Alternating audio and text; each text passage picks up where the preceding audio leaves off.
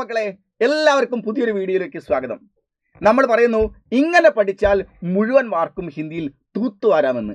എങ്ങനെ പഠിക്കണം എന്നുള്ളതാണ് നമ്മൾ നോക്കുന്നത്. ആദ്യം നമ്മൾ മനസ്സിലാക്കേണ്ടത് മക്കളെ, നമുക്ക് പഠിക്കാനുള്ളത് എന്തൊക്കെയാണ് എന്നാണ് നോക്കേണ്ടത്. നോക്കുക, നമുക്ക് മക്കളെ 5 യൂണിറ്റുകളാണ് നിങ്ങൾക്ക് പഠിക്കാനുള്ളത്. 5 യൂണിറ്റുകളാണ് പഠിക്കാനുള്ളത്. 5 യൂണിറ്റുകളിലൂടെ 16 പാഠങ്ങൾ നിങ്ങൾക്ക് ടെക്സ്റ്റ് ബുക്കിലുണ്ട്. എന്നാൽ ഓരോ യൂണിറ്റിൻ്റെയും ഏറ്റവും അവസാനമുള്ള ഓരോ ചാപ്റ്ററുകൾ നിങ്ങൾ പഠിക്കേണ്ടതില്ല.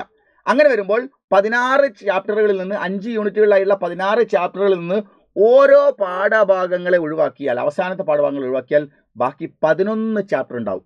ആ 11 ചാപ്റ്ററാണ് നിങ്ങൾ ഇപ്പോൾ സ്ക്രീനിൽ കാണുന്നത്. 11 ചാപ്റ്ററാണ് മക്കളെ. അപ്പോൾ നോക്ക്, ഈ 11 ചാപ്റ്ററിൽ ഇങ്ങനെ നിങ്ങൾ നോക്ക്, ഇങ്ങനെ, അതായത്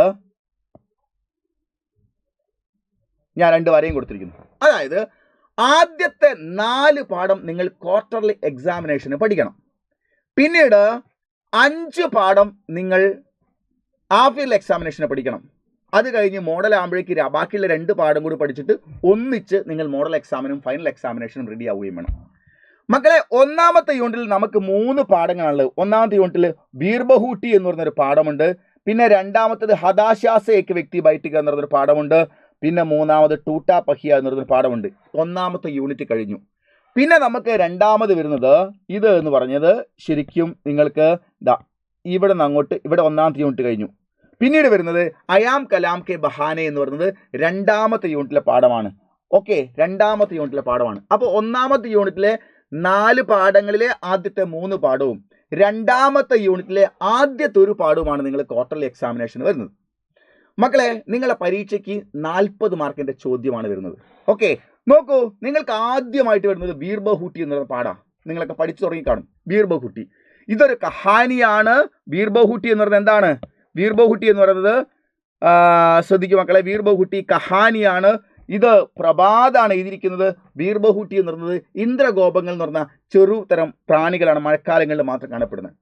ഈ പാഠങ്ങളുടെ സ്നേഹത്തെക്കുറിച്ചുള്ള പാഠമാണ്. ഒന്നാമത്തെ യൂണിറ്റ് മുഴുവൻ സ്നേഹത്തെക്കുറിച്ചാണ്. അതിൽ ഒന്നാമത്തെ പാഠത്തിൽ 2 കഥാപാത്രങ്ങളാണുള്ളത്. സാഹിൽ എന്നും ബേല എന്ന് പറഞ്ഞ 2 കുട്ടികളാണ്. അവരുടെ സ്കൂൾ ജീവിതത്തിന്റെ മനോഹരമായ കഥയാണ് നമ്മൾ ഈ പാഠങ്ങളിൽ പഠിക്കുന്നത്. കഥ നടക്കുന്നത് രാജസ്ഥാനിലാണ്. ഓക്കെ, ഈ പാഠങ്ങളിൽ നിങ്ങൾക്ക് 6 സംഭവ വികാസങ്ങളാണുള്ളത്. പാഠം തുടക്കം മുതൽ അവസാനം വരെ എവിടെ നിന്നാണ് സാർ ചോദ്യം വരിക, എങ്ങനെയാണ് സാർ ചോദ്യം വരിക എന്നുള്ളത് ടെക്സ്റ്റ് ബുക്കിൽ ഏത് ഭാഗങ്ങൾ 6 പാഠഭാഗങ്ങൾ വരുന്നുണ്ട്.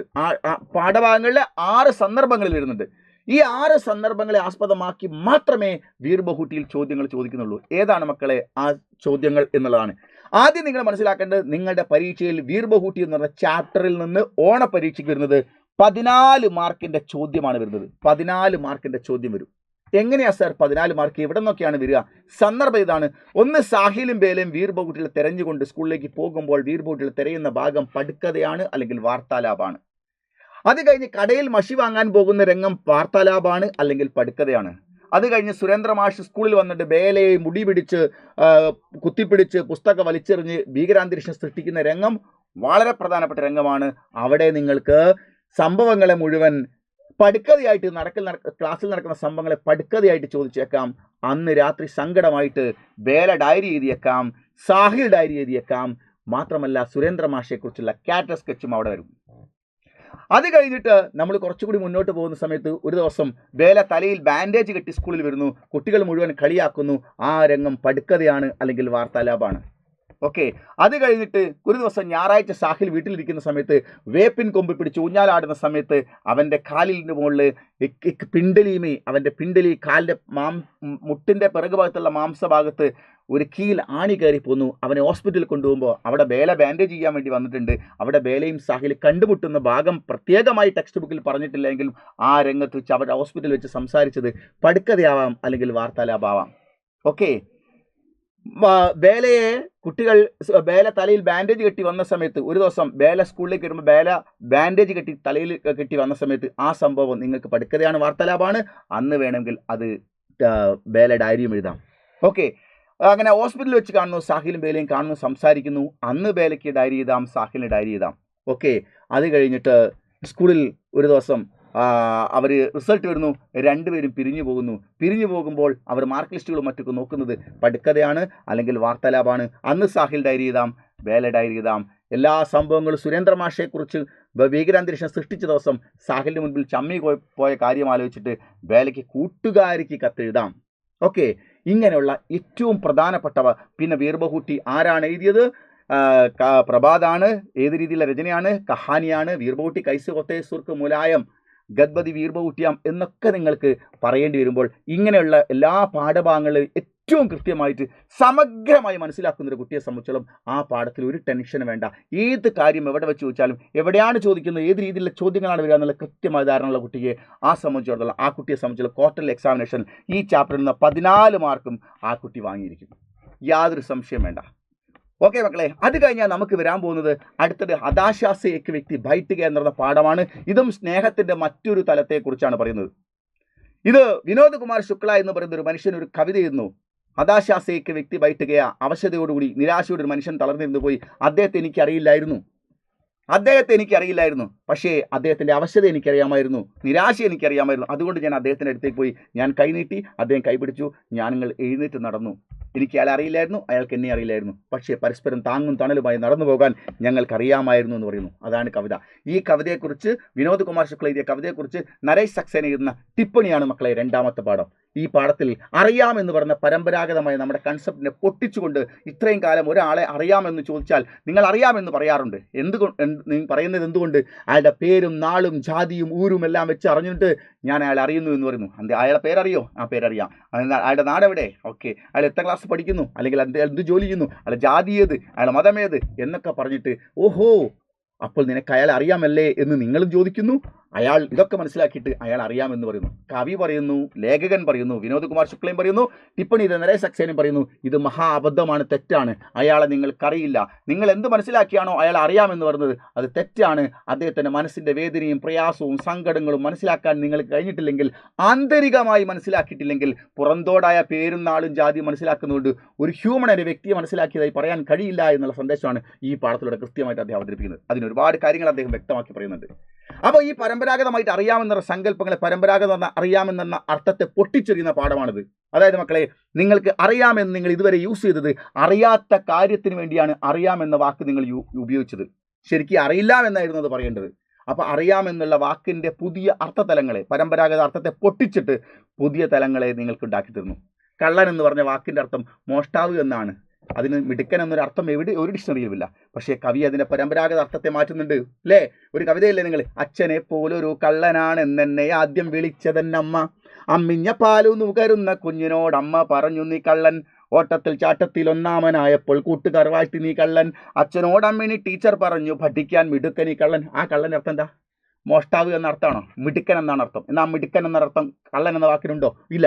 കവി പരമ്പരാഗതമായ കൺസെപ്റ്റിലുള്ള അർത്ഥത്തെ പൊട്ടിച്ച് പുതിയൊരു അർത്ഥതലം ഉണ്ടാക്കി തന്നത് പോലെ നിങ്ങൾ കുഞ്ഞുണ്ണി മാഷികളുടെ കുട്ടിക്കവിതകളിലെ പൂച്ച നല്ല പൂച്ച, വൃത്തിയുള്ള പൂച്ച, പാല് വെച്ച പാത്രം വൃത്തിയാക്കി പൂച്ച, രണ്ടാമത്തെ വൃത്തിയുടെ അർത്ഥം കുടിച്ചു എന്നാണ്. അങ്ങനെ പരമ്പരാഗതമായ അർത്ഥസങ്കല്പങ്ങളുള്ള വാക്കുകളെ പൊട്ടിച്ച് പുതിയൊരു അർത്ഥലോകം തന്നെ സൃഷ്ടിക്കപ്പെടുകയാണ് കവി ഇവിടെയും ചെയ്തിരിക്കുന്നത്. അറിഞ്ഞുകൂടാത്ത അറിയാമെന്ന് നിങ്ങൾ ഉപയോഗിച്ചത് അറിയാത്ത കാര്യത്തിനാണ്. ഇനി മേലാൽ ഒരാളെ അറിയാമെന്ന് പറയണമെങ്കിൽ നിങ്ങൾ അയാൾ ആഴത്തിൽ മനസ്സിലാക്കേണ്ടതുണ്ട്. അങ്ങനെയാണ് നിങ്ങൾക്ക് എത്ര പേരെ അറിയാം, നിങ്ങൾക്ക് എത്ര പേരെ നിങ്ങളെ അറിയാം എന്നുള്ളതാണ് ഇവിടുത്തെ ചോദ്യം. അപ്പോൾ മനസ്സിലാക്കേണ്ടുന്ന രീതി നിങ്ങൾ മാണ്ടത്. നിങ്ങളെ സ്കൂളിൽ 3000 കുട്ടികളുണ്ടെങ്കിൽ എല്ലാവരും എനിക്കറിയാമെന്ന് പറയുന്നു. സത്യത്തിൽ കവി പറയുന്നു നിങ്ങൾക്ക് ആരെയും അറിയില്ല, അറിയാവുന്ന പേരും നാളും ഊരും ജാതിയൊക്കെയാണ്. അപ്പോൾ മനസ്സിലാക്കേണ്ട പുതിയൊരു ലോകമാണ് കവിതയിലൂടെ പറയുന്നത്. ഈ പാഠത്തിൽ നിന്ന് നിങ്ങൾക്ക് പരീക്ഷയിൽ വരുന്നത് 7 മാർക്കിൻ്റെ ചോദ്യമാണ് മക്കളെ. അത് എന്തൊക്കെ എങ്ങനെയൊക്കെ, പ്രത്യേകിച്ച് വാക്യപിരമിഡ് എന്ന ക്വസ്റ്റ്യൻ പോലും ഇതിൽ നിന്ന് വേറെ വരുന്നത് ഇതിൻ്റെ അകത്തുനിന്നാണ്. അപ്പോൾ 9ഓളം മാർക്കിന് ഈ പാഠത്തിൽ നിന്ന് ചോദ്യങ്ങൾ വന്നേക്കാം. ഓക്കെ, അതിലേതൊക്കെ ചോദ്യങ്ങളാണ് എങ്ങനെ പഠിക്കണം എന്നുള്ളത് കൃത്യമായി നമ്മൾ പഠിച്ചൊരു കുട്ടിയെ സംബന്ധിച്ചോളം ഈ ഹതാശാസെ ഏക് വ്യക്തി ബൈഠ് ഗയ എന്ന ചാപ്റ്ററിൻ്റെ ഒരു ടെൻഷൻ വേണ്ട. ഏതൊക്കെ ചോദ്യങ്ങൾ എങ്ങനെയൊക്കെ കൃത്യമായിട്ട്. മാത്രമല്ല ഈ കവിത പുറത്തിറങ്ങിയതിന് ശേഷം കവിതയ്ക്ക് ടിപ്പണിയും എഴുതി നരേഷ് സക്സേന. അപ്പോൾ കവി തന്നെ അഭിമാനം കൊണ്ടു. തൻ്റെ കവിതയ്ക്ക് ഇത്രയും അർത്ഥതലങ്ങൾ കൊടുത്ത് നിങ്ങൾ എഴുതിയപ്പോൾ നാട്ടുകാർ വായിച്ച് ആവേശം കൊണ്ട് വീണ്ടും എൻ്റെ കവിത തന്നെ വായിക്കാൻ തുടങ്ങി. എന്നെ ഈ കവിതയും പ്രസിദ്ധമാക്കിയത് അങ്ങയുടെ ലേഖനമാണെന്ന് പറഞ്ഞുകൊണ്ട് കവി ആ ലേഖനം കത്തുപോലും എഴുതിയേക്കാം. അങ്ങനെയുള്ള ക്വസ്റ്റ്യൻസ് വരെ വരാം. അപ്പോൾ അതുകൊണ്ട് ഏതൊക്കെ ചോദ്യങ്ങളാണ്, എങ്ങനെയൊക്കെയാണ് ഈ പാഠത്തിൻ്റെ പ്രധാനപ്പെട്ട മർമ്മ ഭാഗങ്ങൾ ഏതൊക്കെ എന്ന് കൃത്യമായി മനസ്സിലാക്കി കഴിഞ്ഞാൽ വലിയ ടെൻഷൻ കൂടാതെ ഈസി ആയിട്ട് പുഷ്പം പോലെ അതിൽ നമുക്ക് 7 മാർക്ക് സ്വന്തമാക്കാവുന്നതേ ഉള്ളൂ. പിന്നീട് മക്കളെ നമുക്ക് വരുന്നത് പാഠം ഒന്നാമത്തെ യൂണിറ്റിലെ പഠിക്കാനുള്ള അവസാനത്തെ പാഠമാണ്. ഒരു പാഠം കൂടി ബെൻഡിയുണ്ട്, അത് പഠിക്കേണ്ട, ഒരു മാർക്കിന് പോലും അതിൽ ചോദ്യം വരുന്നില്ല. ടൂട്ടാ പഹിയ എന്ന ടൂട്ടാ പഹിയ എന്ന വാക്കിന്റെ അർത്ഥം തന്നെ പൊട്ടിയ ചക്രം എന്നാണ്. പൊട്ടിയ ചക്രത്തെക്കുറിച്ചാണ് നമ്മൾ സാധാരണ ഈ ചിത്രത്തിൽ കാണുന്നത് പോലുള്ള ഒരു പൊട്ടിയ ചക്രത്തെക്കുറിച്ചല്ല കവി ഇവിടെ പറയുന്നത്. ഒന്നാമത്തെ യൂണിറ്റ് മുഴുവൻ സ്നേഹത്തെക്കുറിച്ചാണ്. സ്നേഹത്തിന്റെ ഉയർന്ന മറ്റൊരു തലമാണ്. യുദ്ധക്കളത്തിൽ അഭിമന്യു ആയുധമില്ലാതെ വീണ സമയത്ത് അദ്ദേഹത്തിന് യുദ്ധം ചെയ്യാൻ ആയുധമില്ലാതായപ്പോൾ അദ്ദേഹം തൻ്റെ കയ്യിൽ അതുവഴി കടന്നുപോയ രഥത്തിൻ്റെ പൊട്ടിച്ചക്രം എടുത്ത് യുദ്ധം ചെയ്ത ഒരു അത്ഭുതമായ കഥയെ ഇവിടെ വെച്ചുകൊണ്ട് അതിൽ നിന്ന് മറ്റൊരു തലത്തേക്ക് വ്യാഖ്യാനിച്ചു കൊണ്ടുപോവുകയാണ് ചെയ്തത്. എന്താണ് ഇതിൽ പറയുന്നത് എന്ന് കൃത്യമായി മനസ്സിലാക്കേണ്ടതുണ്ട്. ഈ കൃത്യമായി മനസ്സിലാക്കി കഴിഞ്ഞാൽ ഒരു സമ്മറി പഠിച്ച് കുറച്ച് ആൻസറും അതിൽ ഒരു സമ്മറി പഠിച്ചാൽ അതിൽ നിന്ന് എല്ലാ ക്വസ്റ്റ്യൻ ആൻസറും ലളിതമായി മനോഹരമായി പഠിച്ചു കഴിഞ്ഞാൽ ഈ പാഠത്തിൽ നിങ്ങൾക്ക് ലഭിക്കാൻ പോകുന്നത് 7 മാർക്കാണ്. 7 മാർക്കാണ് ഇവിടെ കിട്ടുന്നത് മക്കളെ. അപ്പോൾ സുന്ദരമായി പഠിക്കാവുന്നതാണ്, ഈസിയായി പഠിക്കാവുന്നതാണ്, വളരെ മനോഹരമായി പഠിക്കാവുന്ന ചാപ്റ്ററാണ് ടൂട്ടാ പഹിയ. ഈ സ്ക്രീനിൽ കാണുന്നത് മാത്രമേ ആ പാഠമുള്ളൂ. അത് വളരെ മനോഹരമായി പഠിച്ചു കഴിഞ്ഞാൽ അതിൽ നിങ്ങൾ സമ്മറിയും പഠിച്ചാൽ എല്ലാ ക്വസ്റ്റ്യൻ ആൻസറും ആ സമ്മറിക്കകത്ത് ഇൻക്ലൂഡിംഗ് ആണ്. മനോഹരമായി ടെൻഷനുമില്ലാതെ സുന്ദരമായി പരീക്ഷ ഹാളിലേക്ക് പോകാം. പരീക്ഷ കഴിഞ്ഞ് പുഞ്ചിരി തൂക്കിക്കൊണ്ട് ഇറങ്ങി വരാം. മനോഹരമായ പാഠമാണ് ഈ പാഠം. അത് കഴിഞ്ഞാൽ നിങ്ങൾക്ക് ഒന്നാമത്തെ യൂണിറ്റ് കഴിഞ്ഞു. പിന്നെ നിങ്ങൾക്ക് ഓണപരീക്ഷയ്ക്ക് വരുന്നത്, ക്വാർട്ടർലി എക്സാമിനേഷൻ വരുന്നത് നിങ്ങൾക്ക് രണ്ടാമത്തെ യൂണിറ്റിലെ ഒന്നാമത്തെ പാഠമാണ് അയാം കലാം കെ ബഹാനെ എന്നാണ്. രണ്ടാമത്തെ യൂണിറ്റ് കലയെക്കുറിച്ചാണ് പറയാൻ പോകുന്നത്. ഇതിൽ നിങ്ങൾക്ക് കാണാം അയാം കലാം കെ ബഹാനെ എന്നത്. ഈ പാഠത്തിൻ്റെ അകത്തൊരു പയ്യനുണ്ട്. ആ പയ്യൻ്റെ പേര് ചോട്ടു എന്നാണ്. അദ്ദേഹത്തിന് ദാരിദ്ര്യം കാരണം ഒരു ഹോട്ടലിൽ കൊണ്ട് ചാക്കുന്നു. അമ്മ രാജസ്ഥാനിലാണ് കഥ നടക്കുന്നത്. അവിടെ നിന്നിട്ട് ഹോട്ടലിൽ ജോലി ചെയ്തുകൊണ്ടിരിക്കുന്ന സമയത്ത് ചെറിയ ക്ലാസ്സിൽ പഠിക്കേണ്ടുന്ന കുട്ടിയാണ്, പക്ഷേ സ്കൂളിലൊന്നും ചേർത്തിട്ടില്ല. ആ കുട്ടി ടി വിയിൽ APJ Abdul കലാമിൻ്റെ speech, രാഷ്ട്രപതിയായ APJ Abdul കലാമിൻ്റെ speech കാണുന്നതിനിടയാവുന്നു. അവൻ അത്ഭുതത്തോടെ ആ മനോഹരമായ സ്പീച്ച്, മൂല്യവത്തായ സ്പീച്ച് കിട്ടുന്നപ്പോൾ ഹോട്ടലിലെ വാറ്റീസ് മുതലാളി അങ്ങോട്ട് വന്നിട്ട് ചോദിക്കുമ്പോൾ അവൻ അതാരാണെന്ന് ചോദിക്കുന്നു. അപ്പോൾ റിപ്പബ്ലിക് ദിന പരേഡിൽ റിപ്പബ്ലിക് ദിന പരേഡിൽ പട്ടാളക്കാരെ ജനങ്ങളെ അഭിസംബോധിച്ച് സംസാരിക്കുന്ന പ്രസംഗമാണ് കേൾക്കുന്നത്. ആ സമയത്ത് അദ്ദേഹം പറയാണ്, ഓ രാജാ ഹേ ഹമാരെ ദേശ് കെ സബ്സെ ബഡ രാജാ ഹേ. അദ്ദേഹം രാജാവാണ്, നമ്മുടെ രാജ്യത്തിലെ ഏറ്റവും വലിയ രാജാവാണ്. പക്ഷേ വളരെ ദരിദ്രനായ അവസ്ഥയിൽ നിന്നാണ് അദ്ദേഹം ഇങ്ങനെ മഹാനായി മാറിയത്. അപ്പോൾ കുട്ടിക്ക് തോന്നുകയാണ്, അപ്പോൾ അദ്ദേഹത്തിൻ്റെ പിതാവ് രാജാവായിരുന്നില്ല, ഇദ്ദേഹം ഒരു രാജാവായി മാറി. അദ്ദേഹത്തിൻ്റെ പിതാവ് മഹാനായിരുന്നില്ല, പക്ഷേ ഇദ്ദേഹം മഹാനായി മാറി. അങ്ങനെ ഒരു ഓപ്പർച്യൂണിറ്റി നമ്മുടെ രാജ്യത്ത് അവൈലബിൾ ആണ്. ഞാനും അതുപോലെ ഒരു കുട്ടിയാണ്, എനിക്കും അങ്ങനെയാണെങ്കിൽ ആയിക്കൂടെ എന്നുള്ള ചിന്ത വല്ലിടുന്നതാണ്. അപ്പോൾ അവൻ തോന്നുകയാണ് അയാം കലാം കെ ബഹാനെ, ഞാനും കലാമിനെ പോലെയായി മാറും എന്ന്. അങ്ങനെ ആ കുട്ടി ഗംഭീരമായുള്ള വളരെ മനോഹരമായ കഥയിലൂടെ വേറൊരു സുഹൃത്ത് രാജകുമാരനായ രൺവിജയ് എന്ന കൂട്ടുകാരനെ പരിചയപ്പെടുന്നു. സംഭവബഹുലമായ കഥയിലൂടെ ഒരുപാട് ട്രാജഡികൾ അവൻ്റെ ജീവിതത്തിൽ വരുന്നുണ്ട്. പക്ഷേ അവസാനം രാഷ്ട്രപതി കാണുന്നതിന് വേണ്ടിയും അദ്ദേഹത്തിന് മനോഹരമായ സ്കൂളിൽ പഠിക്കുന്നതിന് വേണ്ടിയും അങ്ങനെ ആയിത്തീരാനുള്ള ലക്ഷ്യത്തിലേക്ക് എത്തിച്ചേരുമ്പോൾ സംഭവബഹുലമായ കഥയിലൂടെയാണ്, ഒരുപാട് കാര്യങ്ങളിലൂടെയാണ് നമ്മൾ പോകുന്നത്. മനോഹരമായ ഡയറികൾ അവിടെ വരുന്നുണ്ട്, മനോഹരമായ ലെറ്ററുകൾ വരുന്നുണ്ട്, മനോഹരമായ കോൺവെർസേഷൻ വരുന്നുണ്ട്, അങ്ങനെ ഭയങ്കരമായ ടിപ്പണികൾ വരുന്നുണ്ട്. മനോഹരമായ ഏറ്റവും ആവേശം തരുന്ന വളരെ മോട്ടിവേറ്റഡ് ആയുള്ള ഒരു ചാപ്റ്ററാണത്. ആ ചാപ്റ്റർ നിങ്ങൾ പഠിച്ചു കഴിഞ്ഞാൽ ക്വാർട്ടർലി എക്സാമിനേഷന് നിങ്ങൾക്ക് ഇതിൽ വരുന്നത് 7 മാർക്കാണ്. ഇത്രയും ഭാഗങ്ങളാണ് വളരെ മനോഹരമായ പ്രാധാന്യത്തോട് പഠിക്കേണ്ടത്. അങ്ങനെ വരുമ്പോൾ മക്കളെ നിങ്ങൾ നോക്ക്, ഒന്നാമത്തെ യൂണിറ്റിൽ നിങ്ങൾ ഇവിടെ നോക്ക്. ഒന്നാമത്തെ യൂണിറ്റിൽ നിങ്ങൾക്ക് 14 മാർക്കുണ്ട്, രണ്ടാമത്തെ യൂണിറ്റിൽ 7 മാർക്കുണ്ട്, ഒന്നാമത്തെ ചാപ്റ്ററിൽ 14 മാർക്കുണ്ട്, രണ്ടാമത്തെ ചാപ്റ്ററിൽ 7 മാർക്കുണ്ട്, മൂന്നാമത്തെ ചാപ്റ്ററിൽ 7 മാർക്കുണ്ട്. യൂണിറ്റ് 1 കഴിഞ്ഞു. നാലാമത്തെ ചാപ്റ്റർ എന്ന് പറയുന്നത് അടുത്ത യൂണിറ്റിലെ ഒരു പാഠമാണ്. അങ്ങനെ വരുമ്പോൾ 7 7 14, 14 7 21 4 25, 25ഉം 2 ബാക്കി 3 1 35 മാർക്ക്. 40 മാർക്കിൻ്റെ പരീക്ഷയിൽ ഇങ്ങനെയാണ് 35 മാർക്കിൻ്റെ ചോദ്യം വരുന്നത്. അപ്പോൾ ബാക്കി 5 മാർക്ക് എവിടെ? ആ 5 മാർക്ക് എന്താണ് മക്കളെ? 5 മാർക്ക് 35 പ്ലസ് നിങ്ങളോട് വാക്യ പിരമിഡ് ചോദിക്കും മക്കളെ. വാക്യ പിരമിഡ് 2 മാർക്കാണ്. വാക്യ പിരമിഡ് പ്രത്യേകമായിട്ടും നിങ്ങൾക്ക് സ്വാഭാവികമായിട്ട് വരുന്നത് ഹതാശാസയ്ക്ക് വ്യക്തി ബൈറ്റ് എന്ന് പറയുന്ന ചാപ്റ്ററിൽ നിന്ന് പ്രധാനപ്പെട്ട വരികളുടെ ഭാഗങ്ങളിലാണ് വാക്യ പിരമിഡ് വരുന്നത്. 2 വേർഡ് ബ്രാക്കറ്റിൽ തന്നേക്കാം, ഒരു പക്ഷേ ബ്രാക്കറ്റിൽ ഒന്നും തരാതെയും വന്നേക്കാം. അത് കൃത്യമായിട്ട് മനസ്സിലാക്കിയാൽ വേർഡ് തന്നിട്ടുള്ള 2 വാക്ക് തന്നിട്ടുള്ള വാക്യ പിരമിഡും ഒരു വാക്കും തരാത്ത വാക്യ പിരമിഡും എങ്ങനെയെന്ന് കൃത്യമായി പ്ലാൻ ചെയ്തൊരു കുട്ടി ഏത് സെൻറ്റൻസ് വന്നാലും ഏത് പാഠത്തിൽ നിന്ന് വന്നാലും ഐഡിയുള്ളൊരു കുട്ടി കൃത്യമായിട്ട് ആൻസർ ചെയ്തു. പിന്നീട് നിങ്ങൾ ചോദിക്കുന്നത് ശരിയായ വാക്യം ഏതാണ്? രാജു പഠനെ ലഗ, രാജു പഠനെ ലഗി, രാജു പഠനെ ലഗേ, രാജു പഠനെ ലഗേം എന്നൊക്കെ തന്നേക്കാം. ഏതാണ് സർ ശരി എന്ന് കൃത്യമായി ചെറിയ കാര്യം മനസ്സിലാക്കിയാൽ ആ ഒരു മാർക്ക് കിട്ടി. സഹി രൂപ് കോൺ സാഹേ, വ പ്ലസ് നേ, എ പ്ലസ് ബർ എന്നൊക്കെ തന്നിട്ട് നിങ്ങൾക്ക് ചോദിക്കും. അത് എഴുതിയാൽ 1 മാർക്ക്. പിന്നീട് വിശേഷൺ ശബ്ദ ചോദിക്കും. വിശേഷൺ ശബ്ദ ചോദിച്ചു കഴിഞ്ഞാൽ ഇത് തന്നെ നിങ്ങൾക്ക് വിശേഷൺ ശബ്ദമാണ്. ഇവിടെ നോക്ക്, ടൂട്ടാ പഹിയ എന്ന് പറഞ്ഞാൽ പൊട്ടിയ ചക്രം എന്നാണ്. ചക്രത്തെ വിശേഷിപ്പിച്ചത് പൊട്ടിയത് എന്നുള്ളതുകൊണ്ടാണ് ഇവിടുത്തെ ടൂട്ടാ പഹിയ എന്ന് തന്നിട്ട് അതിലെ വിശേഷണം ഏതാണെന്ന് ചോദിച്ചാൽ നിങ്ങൾക്ക് പറയാൻ പറ്റും ടൂട്ട എന്നാണ്. ഒരു വസ്തുവിൻ്റെ ഗുണത്തെപ്പറ്റിയോ ദോഷത്തെപ്പറ്റിയോ പറയാൻ വേണ്ടി ഉപയോഗിക്കുന്ന വാക്കിനെയാണ് വിശേഷൺ അഥവാ അഡ്ജക്റ്റീവ് എന്ന് പറയുന്നത്. അങ്ങനെ വരുമ്പോൾ ദുഷ്ടനായ മനുഷ്യൻ, അതിൽ വിശേഷണം ഏത്? അഡ്ജക്റ്റീവ് ദുഷ്ടൻ. നല്ല മനുഷ്യൻ ഏതാണ്? അഡ്ജക്റ്റീവ് വിശേഷൻ നല്ലത് എന്നാണ്. അങ്ങനെ വരുമ്പോൾ നിങ്ങൾക്ക് 35 ഈ 5 മാർക്കിന്റെ ഗ്രാമർ ക്വസ്റ്റ്യൻ വരുമ്പോൾ 40 മാർക്ക് കിട്ടും. അതിന് എന്ത് പഠിക്കണം, എങ്ങനെ, എന്തൊക്കെയോ എവിടേക്കോ വളവള എന്ന് പഠിച്ചിട്ട് കാര്യമില്ല. ഷാർപ്പായി വ്യക്തമായിട്ട് എങ്ങനെ പഠിക്കണം, ഓരോ ചോദ്യങ്ങൾ ലളിതമായി എങ്ങനെ പഠിച്ചു വെക്കാം, ഏകദേശ ധാരണ ഉണ്ടാക്കി വെക്കാം, മനോഹരമായിട്ട് സന്ദർഭം കിട്ടിയാൽ അത് എങ്ങനെ അവതരിപ്പിക്കാം എന്നുള്ള കൃത്യമായ ധാരണ ഒരു കുട്ടിയെ സംബന്ധിച്ചോളം ഹിന്ദി ഒരു പ്രശ്നമേ അല്ല.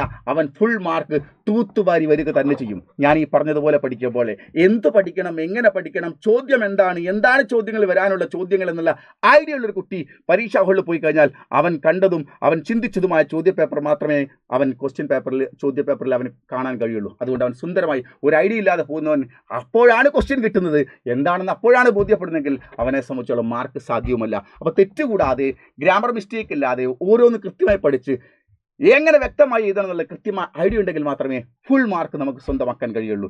അതിനു വേണ്ടിയിട്ടാണ് നിങ്ങൾ കേരളത്തിലെ ഏറ്റവും മികച്ച അധ്യാപകരുടെ SSLC online tuition class Saila നിങ്ങൾക്ക് പ്രൊവൈഡ് ചെയ്യുന്നത്.